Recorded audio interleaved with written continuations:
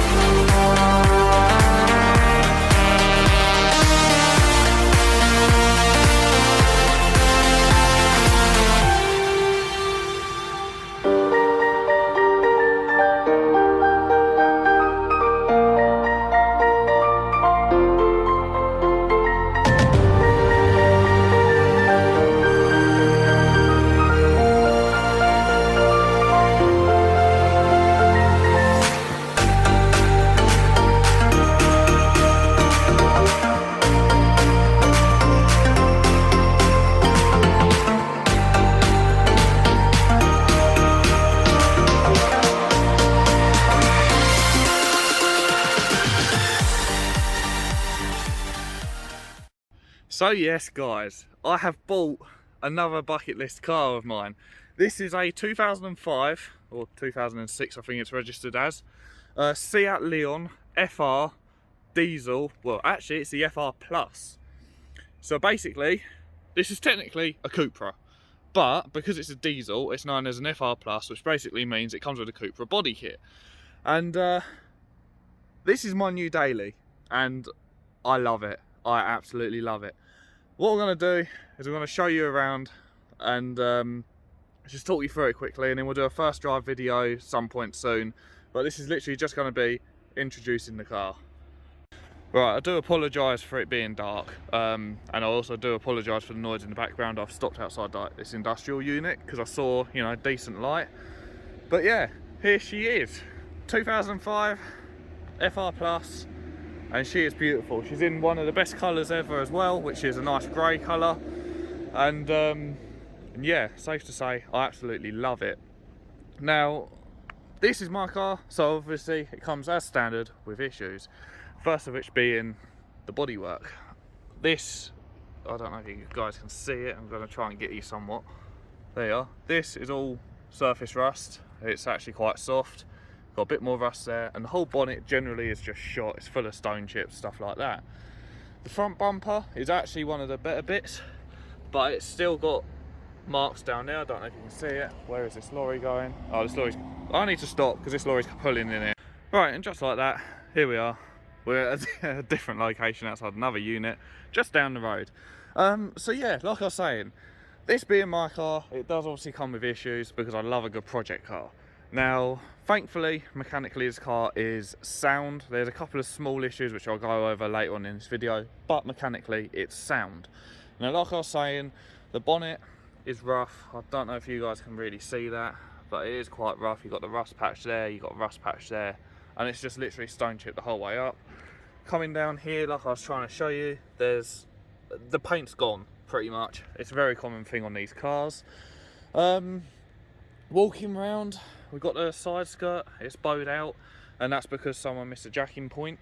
So I'm going to hammer that back in and get that back on properly. The wheels are actually really decent. I'm trying to get the light as best as I can. Let's use one of these ones around here. I hate filming in the dark, I hate winter time. But the wheels are actually in decent condition. They could benefit from a slight refurb. You know, there's a couple of little curb marks, but nothing bad. This is actually probably one of the best cars, well, with the best wheels anyway, that I've bought. Walking around to the back, nothing really to report here at all. You know, the odd ding, parking lot ding, that sort of thing. There's actually no dings up the side either, which is really surprising. So yeah, as a whole, you know, she's mechanically sound and she looks flipping brilliant. I mean, Not gonna lie guys, but just look at that angle. Just look at it. Absolutely gorgeous car. So that moves us on to more issues. What's going on with this car? Now, the first one, I don't know if you can tell by this side profile, it is decked on its arse. Literally, there is like, I don't know how well you guys can see that, there is no arch gap. I rub on the arches, I rub on suspension components, I bottom out, I'm going over bumps. It's horrible. It's actually lowered on coilovers, which is quite surprising. This is my first ever car I've had that's on coilovers. Granted, they're cheap eBay shit, but coilovers nevertheless. The back's a little more moderate, got a bit more arch gap there. That's probably what I'd call a decent drop, but the front is just absolutely ridiculous. So yeah, she's on coilovers, they're cheap shitty coilovers, and they are decked completely out, which is not really ideal for a daily. This actually sits lower than the Yaris does, and the Yaris don't really rub arches or anything like that, so that's gonna need adjustment. Talking of the suspension as well, this car's got a fresh 12-month MOT on it as part of the deal. I'll get round to the deal at the end of the video, but there was one, and I mean one, advisory picked up on this entire car, which is bloody brilliant. And the advisory was for, it's called a drumstick suspension component or something like that. And yeah, really weird. I don't know why they called it a drumstick, but it's called a drumstick. Basically, the bush is worn on it, and it knocks, and you can hear it. It knocks horribly. It sounds like the wheels are about to fall off. But that's the only issue suspension wise. It is decked out and it's got a worn bush. What else? Because obviously this is a car full of issues. Oh yes, let's move on to the interior, shall we? So moving on to the interior, more specifically, the gauge cluster, which is back here, and that little needle there. That little needle don't really budge, and that is the temperature needle. The thermostat is stuck open. Thankfully, this car does not overheat. It's got no signs of a warped head gasket or anything like that. And in fact, if I take you guys round to the boot, we'll talk about the boot and sort all that stuff out very quickly, because this is very impressive. So in the boot, I don't know whether you can see, there's loads of stuff. There's loads of paperwork, which I'll go over in another video, and loads of mechanical bits. So I've got coolant, I've got a new thermostat, I've got the lot. And what are you doing? Okay, yeah, I've got loads of spare parts, loads of parts to fix this car. So the thermostat is already sorted. I've got that, I've got the coolant, I've even got a new rocker cover gasket because it does seep a little bit. What I'll do is I'll try and pop the bonnet. I'll try and see if we can see that. Has this bonnet popped? This bonnet's a bit finicky. There we go, it has popped. Perfect. Come on, open. I hate how these bonnets open. Oh, you pull that out. 2 secs, guys. There we go. Yeah, sorry about that.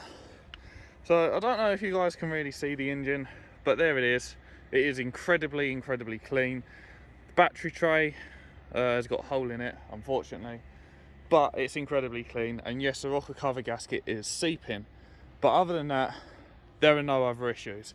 Nothing to report, which is brilliant. There we go, that's that shut. So yeah, I've got loads of stuff to sort this out already. I'm going to get to work on this project already as well, and there are a couple more issues. First of which being, got 3 keys.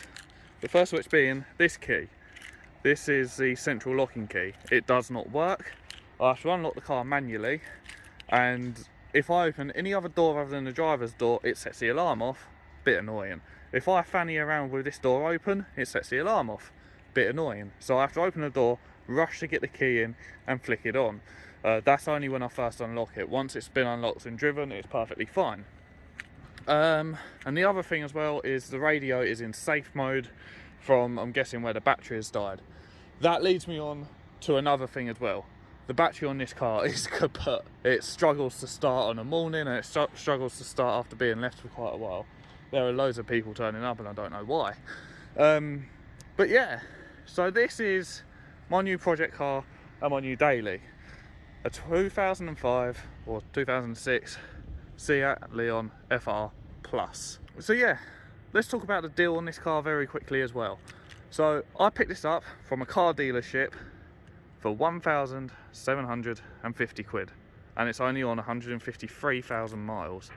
I've got some more interesting things to go over in a future video, but this is just a quick introduction video to this car. I'm going to try and get it in better light as well so you guys can see it. But yeah, 1,750 quid from a dealership. What a deal. And I couldn't be any more happier, to be fair. So we've actually broke records here on my channel. Number one, it's the most expensive car I've ever bought. Number two, it's the first car I bought from a car dealership. And number three, it's the first car I've had that is lowered on coilovers. So yeah, we're breaking records here on the channel, guys. Never to say the least. But with that being said, I'm going to outro this video. If you guys did like this video, please be sure to like, comment, subscribe, all that good stuff. If you guys are excited to see what goes on with this, I'll talk about the future plans in another video, in an upcoming video. If you guys are excited to see what's going on with this, please be sure to hit that subscribe button. Drop this video a like if you guys are excited for the content. Comment down below it as well. Anything you'd like to see on this car, because honestly, I am so happy with this car. And with that being said, I'm going to leave you guys to it. Like, comment, subscribe, all that good stuff, and I'll see you guys in the next one.